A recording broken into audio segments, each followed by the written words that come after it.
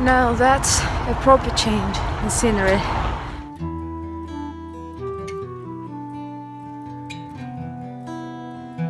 At 10 o'clock in the morning, we are in Guarda, and Guarda is on guard. Guarda is on guard because it's 13 degrees.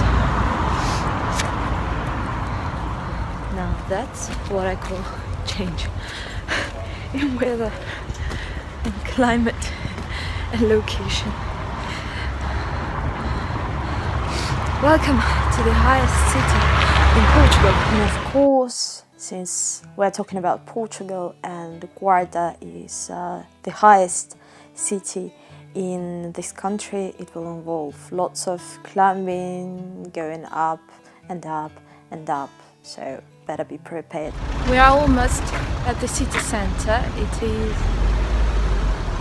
called the Monument of Discoveries, or Monument to Discoveries, obviously related to the Portuguese age of discoveries, when Portugal ruled the seas and oceans and basically rocked the world. And it all lasted only until British came.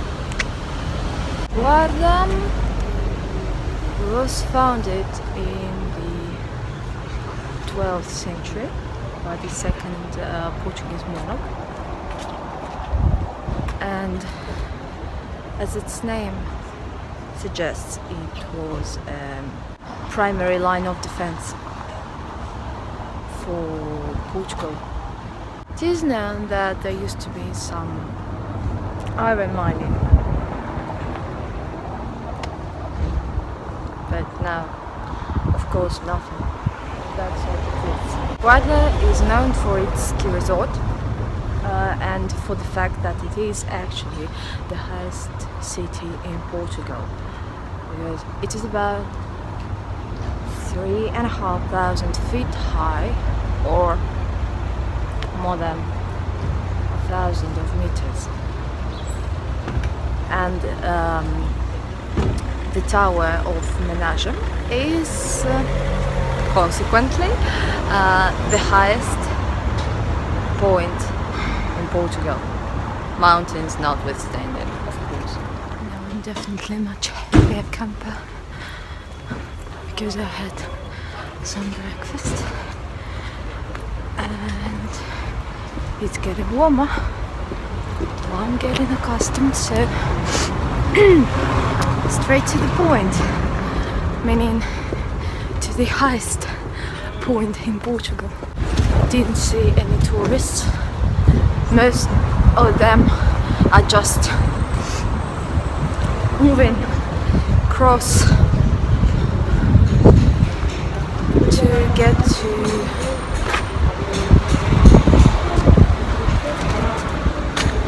moving across to go to Porto.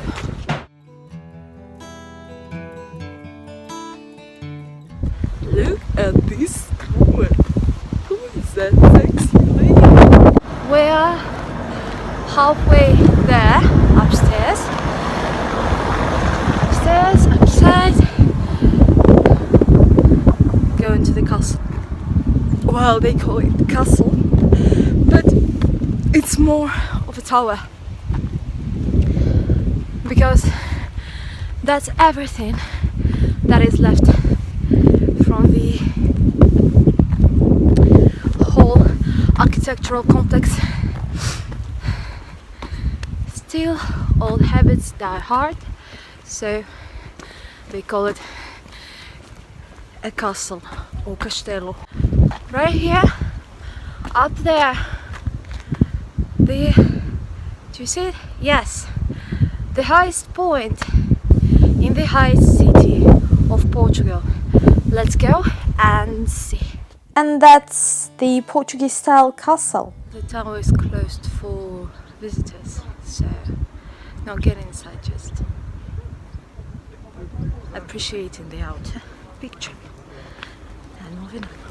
Actually, the most important thing about Guarda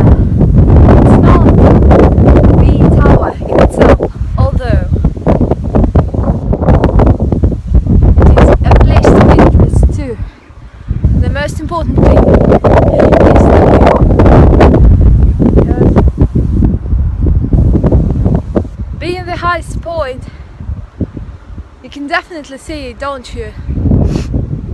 And look around. The city is small.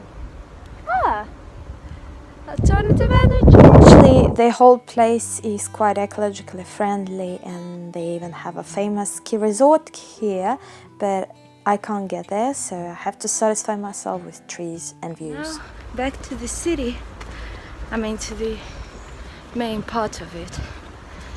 To the usual cathedrals, towers, and to the bus station. Because time is getting closer to leave Guarda for good and to go to Viseu. Passing by some local garden. Don't know its name. I'm going upstairs to the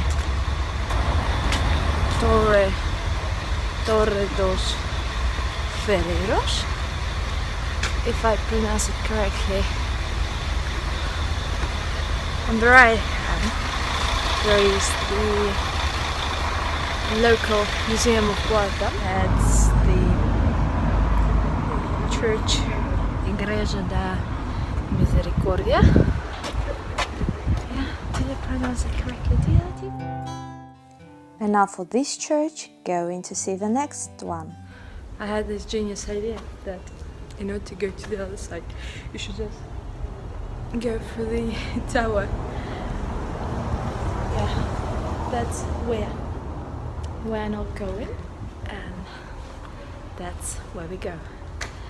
If you are interested, we came from that side, went through the tower, and now we're moving on to the final destination point. You know, it reminds me a little bit of Budva, the old city in Montenegro. I mean, the construction, exits, of course it's different, but a little bit all the same. Here is to the hoop. I was correct? Yes, I was. I'll show you.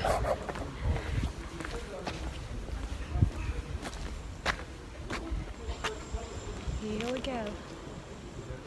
Ready to meet one of the most awesome guys in Portugal? Here we go. Sorry, I don't know if you would be able to see this guy properly. Yeah, because the sun is against us in this case. This guy is Sancho the first, and he's the second king of Portugal, and he's like the key figure to Guarda because he was the one who actually said, well, let's find a city. He was 14 years old, by the way. You should think about it. People who are 14 years old. I haven't been like that. Not really. And our final place to visit is the local Cathedral. Yeah. As you can see, it is a traditional cathedral. It was built in 16th century, I think, and the construction began in 14th century. So they've been building it for 2 centuries. So in the cathedral you can see a mixture of both Manuelino and Gothic styles. During the 20th century it was brought back to normal, reconstructed back to what it should look like. I want to show you. See? Big and beautiful. Still active. Roman Catholic Church, of course. So that's it. I think here it is, where we end. I don't know whether it is the influence of weather, climate, location, but Guarda is like the quietest place I've seen in Portugal, but it has its own charms. And one more thing I really loved about it. I am at the station waiting for the bus. Actually wanted to tell you something I've forgotten about. The whole region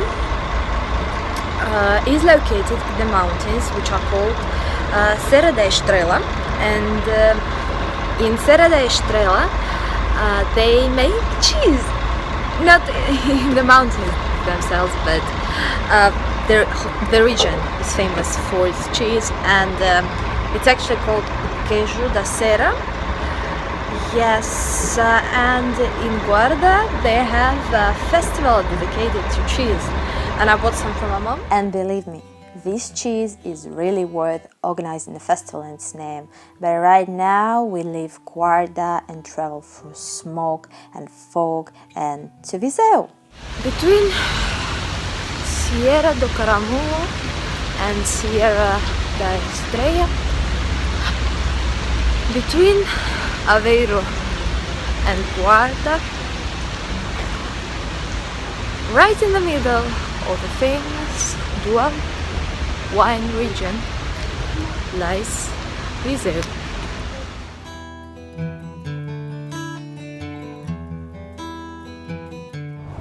There's many Portuguese cities. The history of Viseu dates back to the pre-Roman times, and like other cities, there are no ruins. All the buildings belonging to that time. There are, however, many buildings starting with 15th century, as well as city walls, azulejo on the buildings.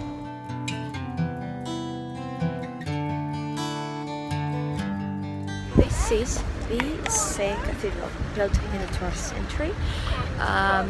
One of the examples of perfect mixture of Manueline, Gothic and Mannerist styles. I like this place. It's like Pisa all over again, because here is the main cathedral. Here is, right in front of it, one of the most important and interesting churches, which is Igreja da Misericórdia.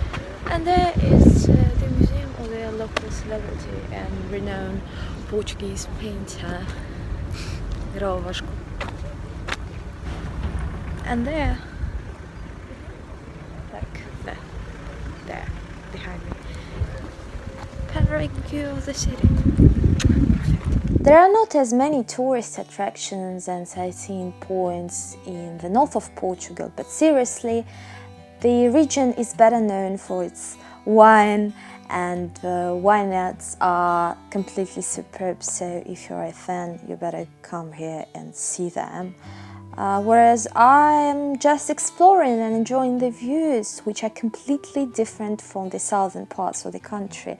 So if you want to stay with me, please subscribe to my YouTube channel, subscribe to my Instagram, press all these bells to be notified, and I'll see you soon.